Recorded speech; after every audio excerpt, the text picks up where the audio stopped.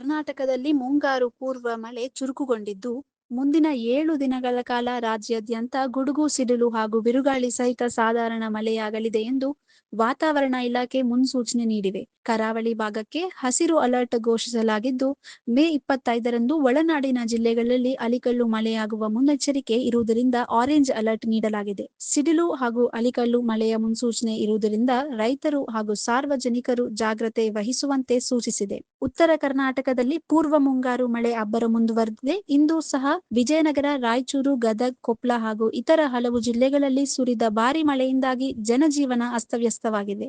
ಧಾರವಾಡ ಕೃಷಿ ವಿಶ್ವವಿದ್ಯಾಲಯದ ವಾತಾವರಣ ಇಲಾಖೆ ಪ್ರಕಾರ ಜೂನ್ 21ರ ವೇಳೆಗೆ ಮುಂಗಾರು ಕರ್ನಾಟಕ ಪ್ರವೇಶಿಸಲಿದೆ. ಹೀಗಾಗಿ ಉತ್ತರ ಕರ್ನಾಟಕದ ಹಲವು ಜಿಲ್ಲೆಗಳಿಗೆ ಇನ್ನು 3 ದಿನ ಗುಡುಗು ಹಾಗೂ ಸಿಡಿಲು ಸಹಿತ ಭಾರೀ ಮಳೆಯಾಗುವ ಸಾಧ್ಯತೆ ಇದೆ. ಹೀಗಾಗಿ ರೈತರು ಹಾಗೂ ಸಾರ್ವಜನಿಕರು ಎಚ್ಚರಿಕೆ ವಹಿಸಬೇಕಿದೆ. ಬೆಂಗಳೂರು ಗ್ರಾಮೀಣ, ಬೆಂಗಳೂರು ನಗರ, ಚಾಮರಾಜನಗರ, ಚಿಕ್ಕಬಳ್ಳಾಪುರ, ದಾವಣಗೆರೆ, ಹಾಸನ, ಕೊಡಗು, ಕೋಲಾರ, ಮಂಡ್ಯ, ಮೈಸೂರು, ರಾಮನಗರ ಜಿಲ್ಲೆಗಳಲ್ಲಿ ಕೆಲವು ಸ್ಥಳಗಳಲ್ಲಿ ಹಗುರದಿಂದ ಮಧ್ಯಮ ಮಳೆ, ಗುಡುಗು ಸಹಿತ ಭಾರೀ ಮಳೆಯಾಗುವ ಸಾಧ್ಯತೆ ಇದೆ.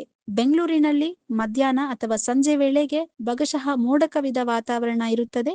ಹಗುರದಿಂದ ಮಧ್ಯಮ ಮಳೆಯಾಗುವ ಸಾಧ್ಯತೆ ಇದೆ.